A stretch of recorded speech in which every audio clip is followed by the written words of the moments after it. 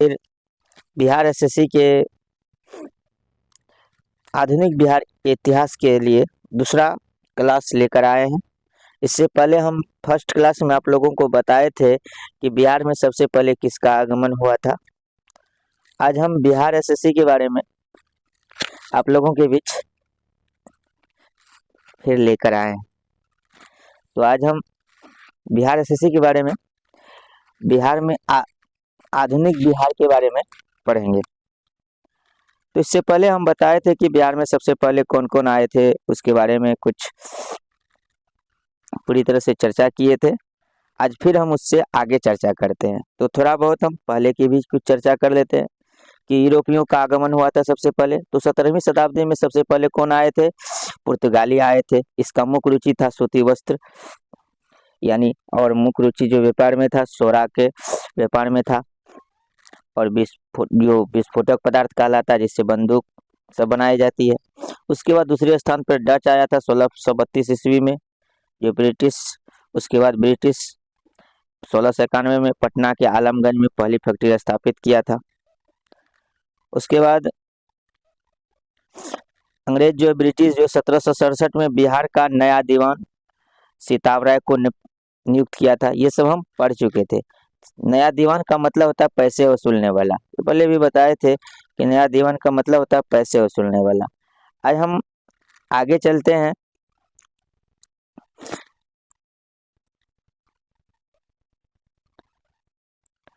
तो हम पढ़ते हैं कि 1770 में जो लगान परिषद का अंग्रेजों द्वारा गठन किया जाता है। 1765 में क्या होता है? अंग्रेजों के द्वारा जो है लगान परिषद का क्या करता है? गठन करता है।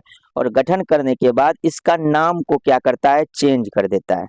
इसका नाम क्या कर देता है? चेंज कर दिया जाता है। लगान परिषद, लगान का मतलब होता है जो टैक्स वसूलने वाले को ही हम क्या कहते हैं? लगान परिषद कहते हैं। तो इसका नाम क्या करते हैं? चेंज कर दिया जाता है। तो पहले कब? 1781 ईस्वी में। इसका नाम कब चेंज कर देते हैं? 1770 ईस्वी में लगान परिषद। लगान का मतलब होता है लगान वसूलने वाला, परिषद मतलब होता है संगठन। तो इस संगठन का जो गठन का जो निर्माण करता है अंग्रेजों के द्वारा किया जाता है 1770 में। और उसके बाद 1781 ईस्वी में इसके नाम को क्या कर दिया जाता है? चेंज कर दिया जाता है। तो कौन चेंज करता है? अंग्रेजों ने इसका नाम चेंज करता है। कब करता है? तो 1781 ईस्वी में। फिर इसका नया नाम क्या रख दिया जाता है? नया नाम रहता है रेवेन्यू चीफ ऑफ बिहार रख दिया जाता है। इस पद पर जो है घोषित किया जाता है किसको? इस पद पर जो है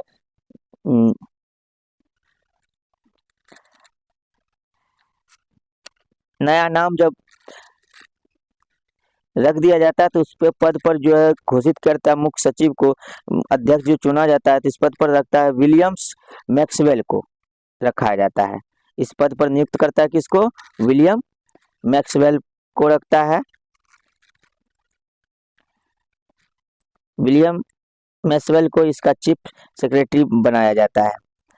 उसके बाद 1734 ईस्वी में फ्रांसीसी बिहार आते हैं। उसके बाद कौन आता है?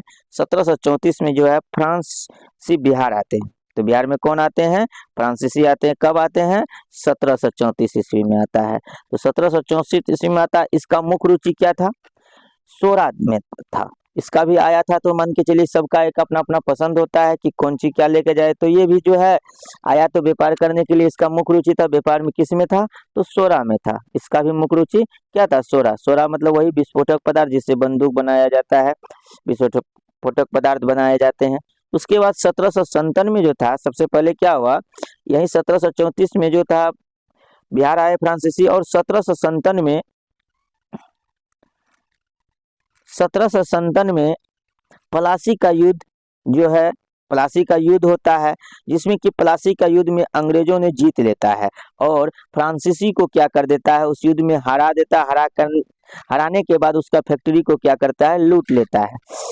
तो इस तरह से क्या करता है? और इस अंग्रेजों का सत्ता क्या हो जाता है? मजबूत हो जाता है। तो अंग्रेज का सत्ता इसमें क्या हो जाता है? मजबूत हो जाता है। क्योंकि 1757 में प्लासी के युद्ध में अंग्रेज ने क्या करता है? फ्रांसीसी को क्या कर देते हैं, हरा देता है। और हराने के बाद उसका फैक्ट्री को क्या करता है, तहस नहस करके लूट लेता है। और उसके बाद 1757 में अंग्रेज जो है फ्रांसीसी कंपनी को चंद्रनगर पर कब्जा कर लेता है। उसका जो चंद्रनगर पर जो फ्रांसीसी कंपनी था, उसको लूटने के बाद उस पर क्या कर लेता है, कब्जा कर लेता है। और कब्जा करने के बाद कासिम बाजार में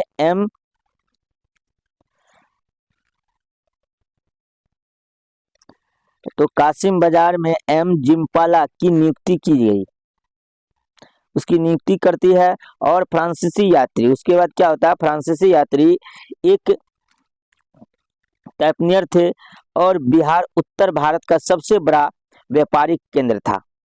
मतलब फ्रांसीसी यात्री जो था एक वेपनियर थे और बिहार उत्तर का भारत का सबसे बड़ा व्यापारिक केंद्र माना जाता था।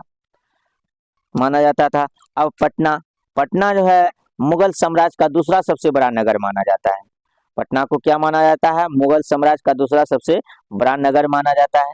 उसके बाद डेनिश कंपनी 1774 में बनाया गया। तो डेनिश कंपनी में 1774 में जो बिहार में सबसे लास्ट में पहुंचे, ये कब पहुंचे, सबसे अंत में डेनिश कंपनी आया और 1774 में बिहार में आया और लास्ट में। इसकी रुचि भी वही सोरा में थी। और अंग्रेज इसके कंपनियों को हड़प लेते। बाद में अंग्रेज भी क्या करता है, इससे भी युद्ध करके इसे भी हरा देता है और इसकी भी कंपनी को क्या कर लेते हैं, हड़प लेता है। उसके बाद फिर हम लोग चलते हैं, हम लोग बिहार का प्रमुख विद्रोह। बिहार का प्रमुख विद्रोह क्या हुआ, तो बहावी यानी विद्रोह जो था 1703 से लेकर 92 तक चला। यह इसे धार्मिक आंदोलन कहा जाता है और पहला था धार्मिक आंदोलन था और मुसलमानों का था, दूसरा मुसलमानों का था। तो भौतिकवादियों के रूप में इसको क्या करता है, चेंज करने के लिए क्या जाता है, इसके जन्मजात अल साहब थे और भारत के इसके जन्मदाता जो था अल साहब थे। भौतिकवादियों के रूप में इसको चेंज करने के लिए इसके जन्मदाता तो कौन थे, अल साहब थे। भारत में इसके जन्मदाता कौन थे, सैयद अहमद बरेली थे। कौन थे, भारत में इसके जो जन्मदाता थे सैयद अहमद बरेली थे। इसका आंदोलन का मुख्य केंद्र था पटना में। इस आंदोलन का मुख्य केंद्र कहाँ था, पटना में था। विद्रोही आंदोलन का जो मुख्य केंद्र कहाँ था, पटना में था। और 1831 ईस्वी में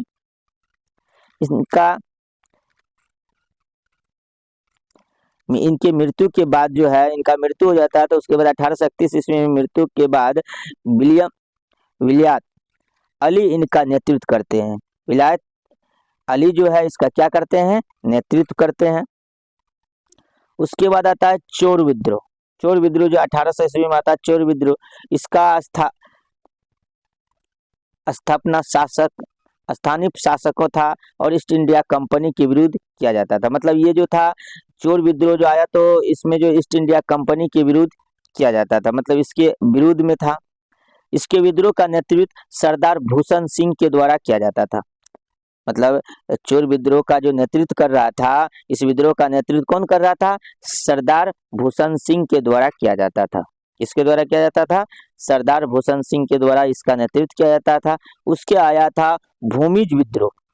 भूमिज विद्रोह जो था 1832 ईस्वी में हुआ और 1832 ईस्वी में जो है कौन सी हुआ, भूमिज विद्रोह। इस विद्रोह में जो है अंग्रेजों के खिलाफ होता था। यह विद्रोह किसके खिलाफ होता था, अंग्रेजों के खिलाफ होते थे। और लगान व्यवस्था के अनुसार अंग्रेजों के दमनकारी नीतियों के कारण होते थे। वीर भूमि से लेकर सिंह भूमि के बीच में होता था। प्रमुख नेता था गंगा नारायण। इसका प्रमुख नेता कौन था, गंगा नारायण था। उसके बाद आया लोहा विद्रोह। लोहा विद्रोह 1856 ईस्वी में हुआ। कैदियों के द्वारा किया गया विद्रोह था। ये विद्रोह किसने किया था, कैदियों जो जेल में रहते थे वह व्यक्तियों के द्वारा यह विद्रोह किया गया था और चलाया गया था। बिहार के मुजफ्फरपुर से यह विद्रोह शुरू हुआ था। कहाँ से शुरू हुआ था, बिहार के मुजफ्फरपुर से यह विद्रोह शुरू हुआ था। और कैदियों को पीतल के लोटा के जगह पर मिट्टी का लोटा दिया जाने लगा। पहले उसको पीतल का लोटा देता था और पीतल की लोटा की जगह कौन सा लोटा देने लगे, मिट्टी का लोटा दिए जाने लगा। इसी कारण से जो कैदियों जो था उसका विद्रोह किया और इसी कारण से इस विद्रोह का नाम लोटा विद्रोह रखा गया। अब है कोल विद्रोह। कोल विद्रोह जो 1831 से लेकर 1832 ईस्वी तक चला। इसका भी दो कारण, पहला था अंग्रेजों के खिलाफ, दूसरा कारण था कि शराब उत्पादन पर लगाया गया टैक्स, उसके खिलाफ था। यह कोल विद्रोह किसके किसके खिलाफ, पहला अंग्रेज के खिलाफ, दूसरा जो था कारण था शराब उत्पादन पर टैक्स लगाना,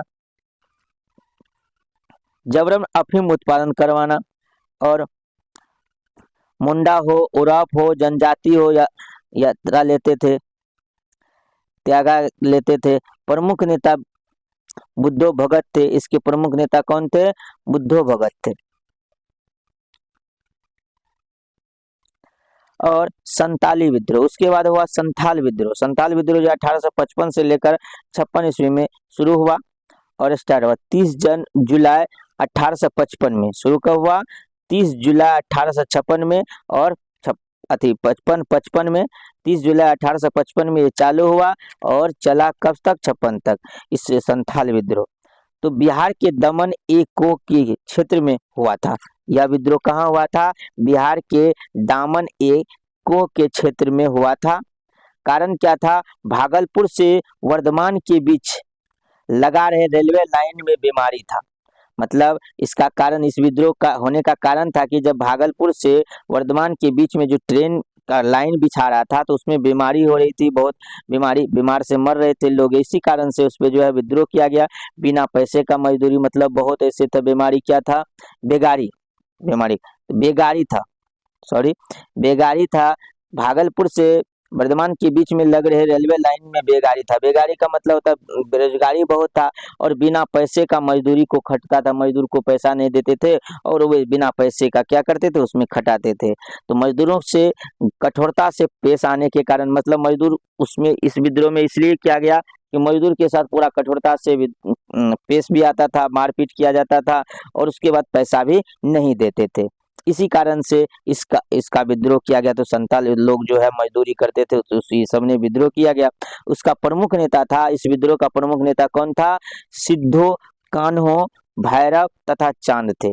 इसका प्रमुख नेता कौन कौन थे, सिंधो कान्हो भैरव तथा चांद थे। ये सभी इसका प्रमुख नेता थे। तो आज हम इतना ही। अगला दिन फिर अगले जो है बिहार एसएससी का बिहार आधुनिक बिहार के बारे में हम लेकर के आएंगे। और तब तक के लिए हम अपनी क्लास को यहीं स्टॉप करते हैं। जय हिंद, जय भारत।